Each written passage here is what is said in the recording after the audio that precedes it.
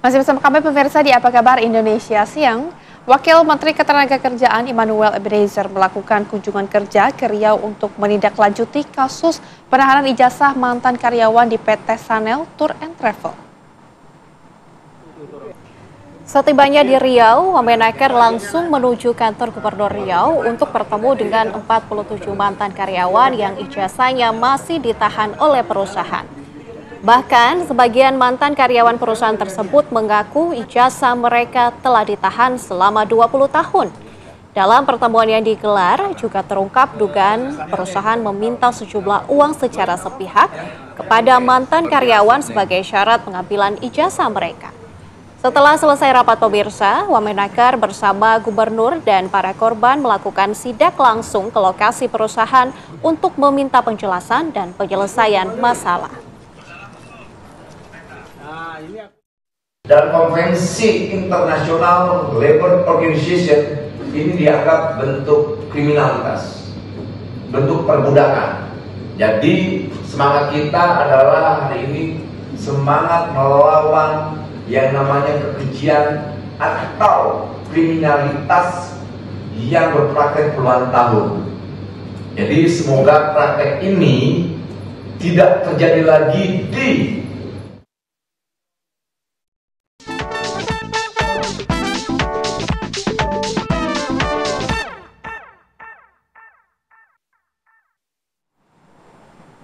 Pemirsa, pemilik toko oleh-oleh di Banjarbaru, Kalimantan Selatan dipenjara karena sejumlah produk di tokonya tidak dilabeli oleh tanggal kadaluarsa. Kasus ini pemirsa kemudian menjadi viral hingga dugaan kriminalisasi pun menyeruak luas. Saya Ani, saya istri Firly Nur Rahim, selaku pemilik usaha toko Mama Has Banjar. Di sini saya mau menginformasikan buat teman-teman dan customer Mama Has Banjar semuanya bahwa per tanggal 1 Mei 2025 Mama Has Banjar resmi ditutup. Sebuah video perpisahan dari pemilik toko Mama yang menjual oleh-oleh khas Banjar, Kalimantan Selatan menjadi viral di media sosial. Pembuat video adalah Ani, salah satu pendiri toko Mama. Firly Nur Rahim, sang suami, yang merupakan roda penggerak utama toko Mama, di penjara karena menjual makanan tanpa keterangan masa kadaluarsa. Kasus ini bermula ketika akhir 2024 lalu, tanpa peringatan atau arahan terlebih dahulu. Tiba-tiba toko Mama didatangi polisi dan sejumlah barang dagangan disita. Sejumlah pihak merasa heran dengan peristiwa. Sebenarnya, kasus ini sudah dimediasi di DPRD setempat, namun tak juga menemukan solusi. Sidang lanjutan atas kasus ini digelar hari ini di Banjarbaru. Ani, pemilik toko Mama, sengaja menutup usaha lantaran tak kuat menjalani tanpa keberadaan suami di sampingnya. Karena kami merasa sudah tidak mampu lagi menghadapi permasalahan yang datang silih berganti. Di sini kami terpukul secara mental dan finansial. Mental kami hancur, kami trauma, apalagi saat suami saya yang merupakan tulang punggung usaha ini ditahan. Jujur saja, saya ketakutan karena tidak mudah bagi saya untuk bisa mengelola usaha ini seorang diri. Sambil merawat anak saya yang berumur 3 tahun, apalagi kasus kami sampai sekarang masih bergulir di pengadilan dan belum ada keputusan apapun. Sebenarnya, apa pelanggaran yang dilakukan pemilik toko Mama ini? Mengapa kasus ini terlihat begitu pelik? Apakah bisa kasus seperti ini diselesaikan lewat cara musyawarah sebelum ke ranah pidana? Tim TV One mengabarkan.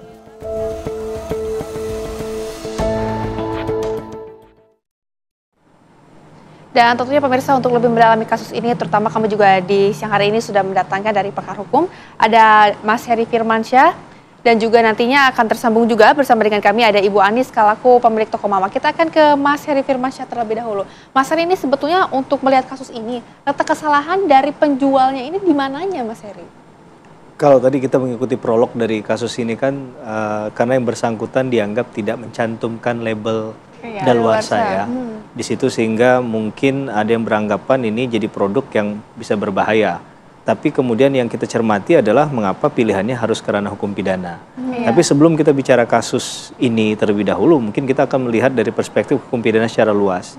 Bahwa pidana itu kan pada umumnya prinsipnya ultimum remedium, upaya terakhir. Tapi mengapa pilihannya kemudian dalam undang-undang yang dilaporkan seperti Undang-Undang Perlindungan Konsumen ya, Undang-Undang Nomor 8 tahun 1999 di pasal 8 itu ada ketentuan pidananya. Dan saya rasa sebenarnya ini sudah tidak tepat ya. Tidak semua aturan undang-undang itu harus berakhir dengan sanksi pidana.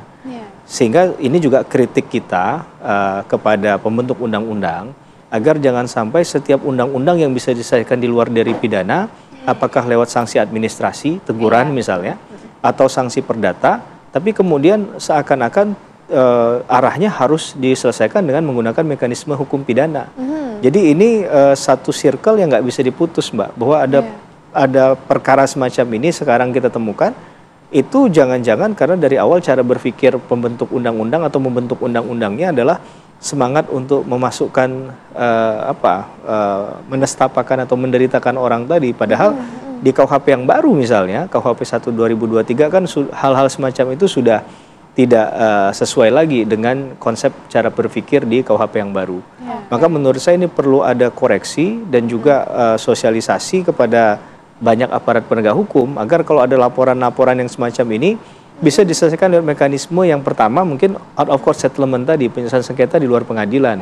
Apakah dimediasikan ya antara para pihak tadi, ditemukan jalan terbaiknya apa, atau malah dikembalikan misalnya kalau ini lebih dominan ke salah satu instansi misalnya misalnya bergerak di bidang UMKM, maka Kementerian UMKM itu disurati terlebih dahulu misalnya kan apa langkah yang terbaik sebelum ke pidana ya. Ya, apakah dia dilakukan pembinaan misalnya. Itu saya rasa langkah yang bijak, satu sisi mengkoreksi si pelaku tadi agar dia juga sadar bahwa harus ada yang diperbaiki dalam kualitas produknya. Itu kan yang sejatinya diinginkan dalam tujuan dibentuknya Undang-Undang Perlindungan Konsumen. Bagaimana kegiatan berusaha itu dalam kerangka untuk menciptakan kesejahteraan masyarakat. Nah, kalau ini yang terjadi, saya khawatirnya malah berbanding terbalik. Orang jadi khawatir berusaha karena ujung-ujungnya berhadapan dengan hukum yaitu hukum pidana begitu. Oke Pak Heri, saat ini kita juga akan hadirkan statement yang disampaikan oleh Menteri UMKM. Berikut kami hadirkan untuk Anda.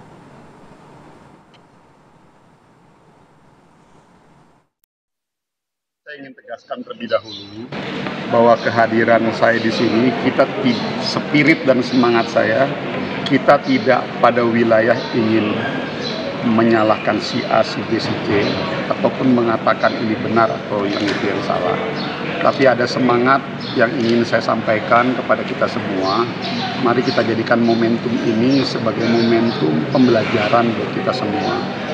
Bahwa treatment kepada pengusaha mikro yang secara fakta realitas hari ini, merekalah yang menghidupkan ekonomi di level bawah dengan segala keterbatasan yang mereka miliki. Dalam perspektif Kementerian UMKM, dalam konteks pemberian sanksi kepada pengusaha mikro, kecil dan menengah di seluruh Indonesia, harusnya lebih mengedepankan prinsip-prinsip pembinaan. Prinsip-prinsip penegakan hukum pidana itu kita jadikan ultimum remedium sebagai pilihan akhir dalam proses penegakan hukum. Oke Pak Pemirsa, kita kembali berbincang dengan Pak Heri. Pak Heri, hari ini Pak Maman Menteri UMKM akan hadir ke pengadilan mengikuti sidang sebagai amicus curiae. Ini bagaimana nih Pak Heri? Tentu ini apresiasi positif ya, bahwa negara turut hadir dalam perkara-perkara mungkin yang kecil yang menimpa masyarakat di kalangan bawah begitu ya. Ini yang menurut saya pesan yang paling penting, yang positif untuk disampaikan, bahwa amicus curiae itu kan memang tidak ada diatur di dalam KUHP secara langsung aturannya definitif. Tapi kita bisa lihat di ketentuan pasal 5 ayat 1 Undang-Undang 48 tahun 2009 tentang kekuasaan kehakiman, di mana hakim itu kan wajib menggali nilai-nilai hidup yang ada dalam masyarakat. Nah, mungkin ini letak keadilan yang sesungguhnya tadi, bahwa ini di persoalan yang harusnya tidak menggunakan instrumen hukum pidana itu kembali dikembalikan kepada on the right track tadi. Mudah-mudahan keterangan yang disampaikan oleh Pak Menteri itu didengar ya, walaupun nggak bisa masuk terlalu jauh dalam proses hukumnya, tapi setidak-tidaknya ini jadi satu energi positif bagi pihak yang menghadapi proses hukum ini, Sehingga ada kejelasan ya bahwa tidak semuanya harus berakhir dengan hukum pidana, karena tujuan hukum itu sendiri dibuat ada 3 hal, ada keadilan, kepastian hukum, ada kemanfaatan begitu. Maka manfaat tidak sih untuk kemudian mempidanakan pihak yang sebenarnya harusnya seorang seperti ini begitu ya. Ancaman pidananya kalau saya tidak salah cek di pasal 62 itu, kalau memang benar ketentuannya pasal 8 yang digunakan, maka ancaman pidana 5 tahun dan dendanya 2 miliar.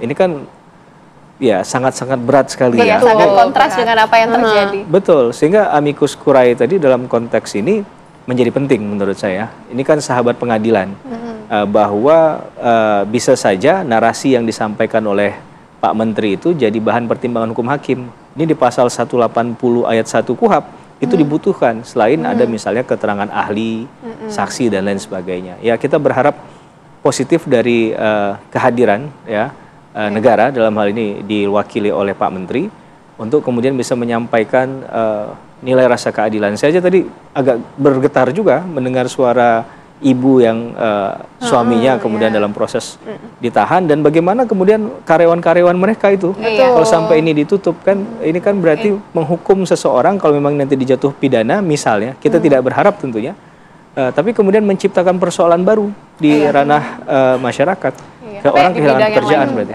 Jadi artinya dengan kedatangan Pak Menteri ke persidangan ini, apakah mungkin akan meringankan pemilik toko atau malahan sebaliknya? Sebenarnya harapannya tentu itu ya, harapannya tentu itu. Tapi kemudian memang amicus curiae ini tidak masuk dalam proses hukumnya secara dalam begitu ya. Ada penjelasan yang mungkin bisa dijadikan guidance atau pedoman bagi hakim dalam sebelum memutus nanti. Maka ruang tadi kan diberikan kepada amicus curiae tadi.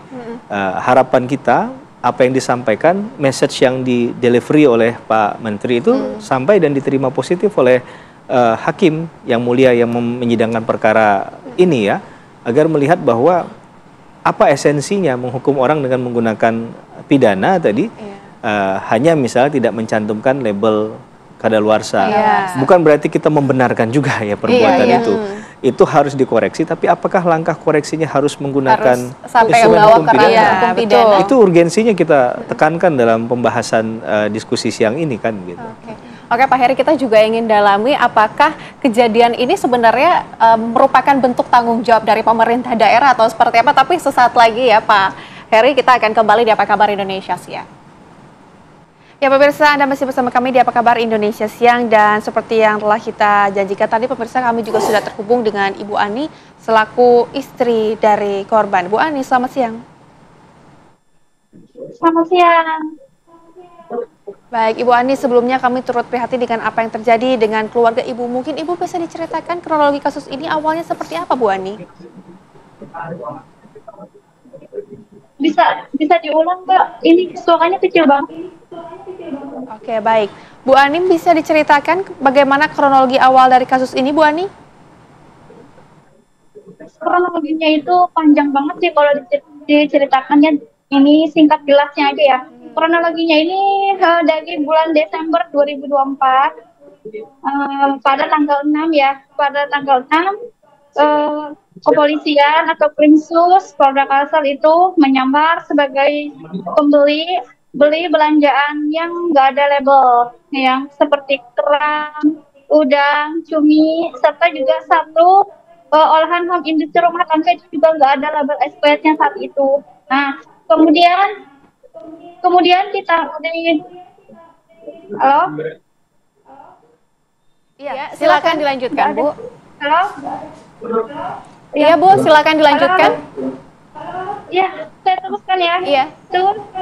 Iya, baik kan, Bu. Kemudian di tanggal 11 Desember datang lagi 5 orang kepolisian langsung menyegel jualan kami. Tapi sebelum menyegel, mereka juga menghitung jumlah produk yang ada di dalam di display, termasuk juga di gudang juga. Di gudang itu ada satu yang belum ada label sama sekali, yang baru datang juga diambil oleh pihak kepolisian. Nah, itu udah tanggal 11-nya. Di tanggal 13-nya, mereka ngambil barang kita, atau disita barang kami. Kerang-kerang tadi di tanggal 13 mereka proses Halo, Iya, proses silakan Bu Ani. penyitaan. dan itu semua tanpa kami tanpa adanya surat, tanpa kami terima surat seperti itu. Oh ya, seperti itu. Tanpa ada surat Kemudian pemberitahuan kan, terlebih dahulu. 20 Silakan Ibu. Tanggal di di tanggal 20 25 Februari kan saya mengajukan pra peradilan, besoknya itu langsung ditahan di lapas Banjarbaru. Lapas Banjarbaru. Hingga saat ini kami mencari keadilan. Semua kantor-kantor sudah kita datangin, minta pertolongan, minta jalan tengah.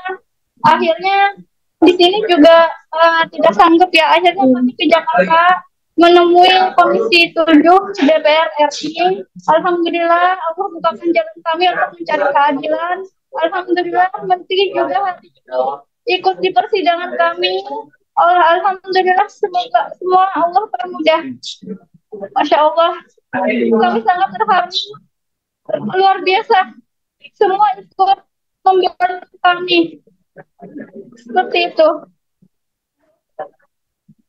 Ini Bu Ani, sejak kapan suami Ibu ditahan dan perkembangan saat ini bagaimana Ibu? Suami saya ditahan di 25 Februari, 5 hari menjelang puasa Ramadan. Selama 14 hari saat itu suami saya ditahan. Setelah itu kita demo di pengadilan, kita minta penangguhan penahanan. Alhamdulillah hakim mengabulkan penangguhan penahanan kita. Meskipun selama 14 hari suami saya sempat ditahan. Sekarang jadi tahanan kota. Sekarang jadi tahanan kota, wajib lapor setiap persidangan. Seperti itu. Ani, ini untuk konfirmasi lagi, artinya barang-barang dan juga bahan-bahan makanan yang dijual di toko Ibu itu merupakan Ibu mengambil barang dari orang lain dan bukan produksi sendiri, begitu ya Bu Ani ya? Kami ini dikenal sebagai pedagang ikan asin. Jadi kami itu wadahnya UMKM. Jadi kita tuh menjual berbagai macam hasil nelayan, hasil tangkapan nelayan seperti ikan asin, seperti kerang, serta juga kami juga menerima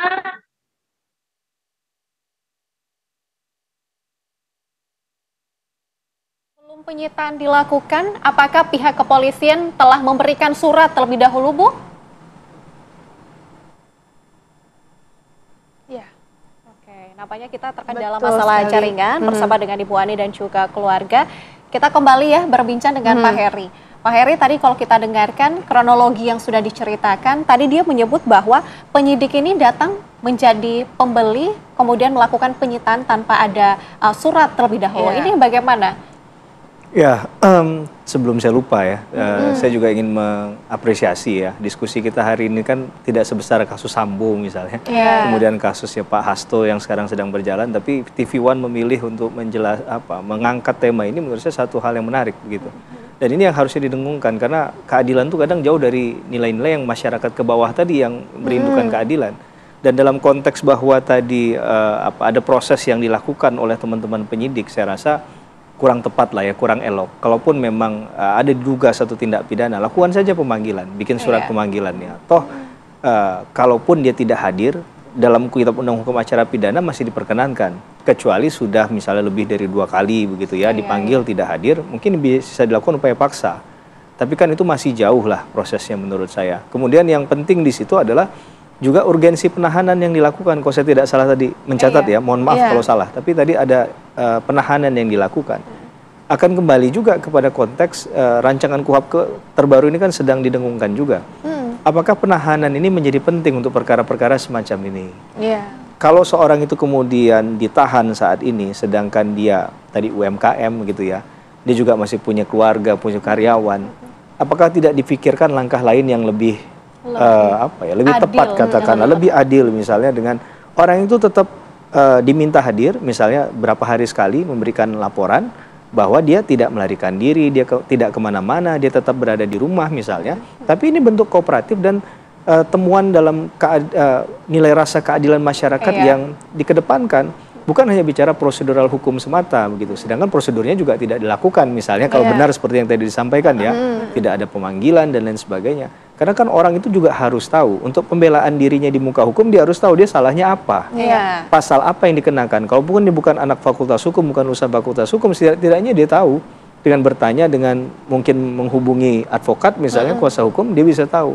Sehingga sebenarnya jalur ini tidak perlu ditempuh sampai ke pengadilan.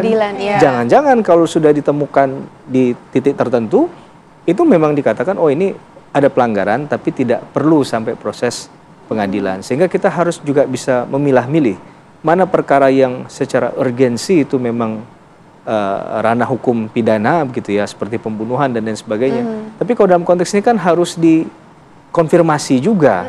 Anda dapatkan barangnya dari mana begitu ya? Apakah Anda menjualnya barang Anda sendiri misalnya? Itu perlu ditanyakan, itu perlu digali nilai kebenaran materialnya menurut saya begitu. Tapi artinya apakah bisa kepada jalur yang damai atau restorasi justice ini, Pak? Ya, sayangnya ancaman pidananya itu yang menurut saya agak besar. Kalau saya tidak salah mencatat itu kan di pasal 62 tuh ancaman pidana maksimal 5 tahun. Tapi kan bisa di bawah itu. Tapi dalam konteks bahwa kita melihat perbuatannya tidak mencantumkan tanggal daluarsa, itu saya pribadi tidak melihat itu sebagai satu mens rea yang luar biasa, niat jahat yang luar biasa, dulus malus yang luar biasa begitu. Bahkan seorang koruptor saja ya ada prosesnya kan, ada proses dipanggil dulu, kadang tidak hadir, mangkir, dipanggil kembali begitu. Ini kan harus proses dalam penegakan hukum yang memanusiakan manusia. Menurut saya itu yang penting juga. Jadi ketika pun pilihannya adalah masuk ke pengadilan, membuktikannya jauh lebih mudah. Sekarang kan sudah kadung, ibaratnya sudah di tengah-tengah, bahkan sudah mau di ujung. Khawatirnya saya kita tidak membaca sistem peradilan pidana itu seperti lingkaran. Jadi seakan-akan nanti kita kalau putusannya pemidanaan yang disalahkan nanti hakimnya. Padahal ini koreksinya harus dari awal nih, dari tahap penyidikan, penuntutan, benar atau tidak, sampai ke pemeriksaan sidang pengadilan, sampai pada putusan. Agar kita bisa menilai di ujungnya ada nilai rasa keadilan tidak. Tapi tentu kita tidak berharap ya bahwa putusan ini pemidanaan, karena putusan sendiri ada 3 jenis. Tidak hanya putusan pemidanaan, orang itu terbukti secara sah dan meyakinkan bersalah, tapi juga bisa ada putusan frisprah, lepas dari segala tuntutan hukum. Dia bersalah, tapi sebenarnya bukan masuk kategori hukum pidana yang lain. Harapan kita, ini bisa diputus kalau nggak bebas, ya lepas dari segala tuntutan hukum. Pak Heri, terima kasih untuk penjelasannya yang sangat-sangat jelas. Dan kami juga terima kasih kepada Bu Ani yang sudah bersedia berbincang bersama kami di Apa Kabar Indonesia Siang. Tentunya kita berharap agar kasus ini tidak terjadi lagi dan keadilan dirasakan oleh seluruh pekerja ataupun UMKM yang kecil. Dan kita juga seperti yang Pak Heri sampaikan tadi, kami dari TV One juga turut bersinergi untuk menyuarakan suara-suara kecil yang tidak terdengar oleh orang-orang besar. Terima kasih.